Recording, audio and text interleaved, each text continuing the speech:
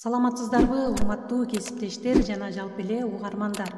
Гапыр Мадаминов агайыбыздын устаттык өнөрү китебинен өтүлүүчү бүгүнкү 4-бөлүмүбүздү баштайбыз. Бул өзү чоң көлөмдүү тема, тарбия баалуулугу.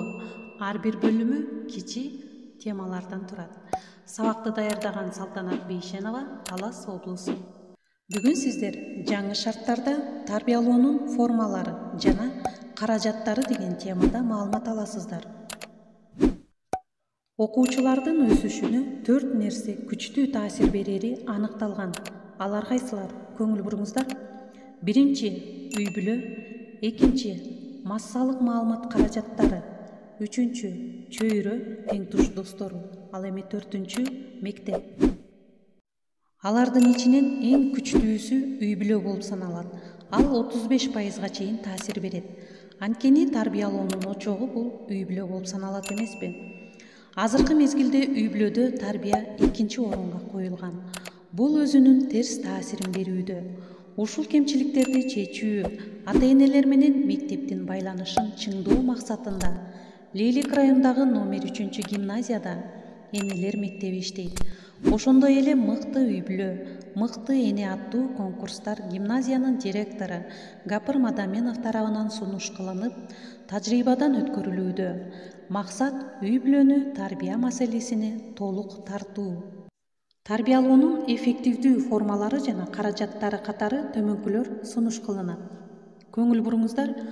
Алдыңкы ата-энелердин окуучу жаштардын тажрыйбасын жайылтуу. Кийинки инсан таануу сабагы. Номер 3-гимназияда бул сабак өмүрү өрнөк инсандар жөнүндө системалуу өтүлүп турат. Кийинкиси — дебат. Мында окуучулар өз оюн ачык айтуу, далилдөөгө үйрөнүшөт. Андан кийинкиси — конференция.